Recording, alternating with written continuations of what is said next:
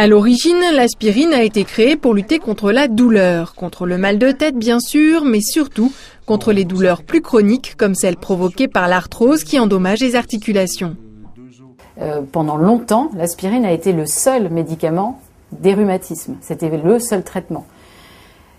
Malheureusement, on s'est aussi rendu compte qu'à ces doses élevées, l'aspirine avait une toxicité digestive et notamment pour l'estomac. Ce risque digestif, c'est d'une part de faire un ulcère dans l'estomac, un vrai trou, et que cet ulcère puisse saigner et entraîner vraiment des symptômes hémorragiques majeurs.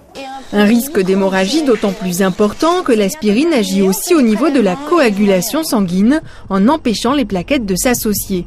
Mais à petite dose, c'est-à-dire quelques milligrammes par jour, cet effet est positif pour les personnes qui ont déjà fait un accident cardiaque ou cérébral. Elle limite le risque de formation d'un nouveau caillot. N'importe qui ne doit pas pour autant se mettre à l'aspirine en espérant ainsi éviter pareil accident. Beaucoup de gens pensent que prendre un peu d'aspirine tous les jours, ça fait du bien. Il n'est jamais bon de prendre en automédication des médicaments au long cours. L'automédication pour 3-4 jours quand on a un rhume ne pose aucun problème, mais décider de prendre tous les jours parce qu'on a entendu qu'on pouvait éviter un cancer, un risque cardiaque sans avis médical n'est pas raisonnable.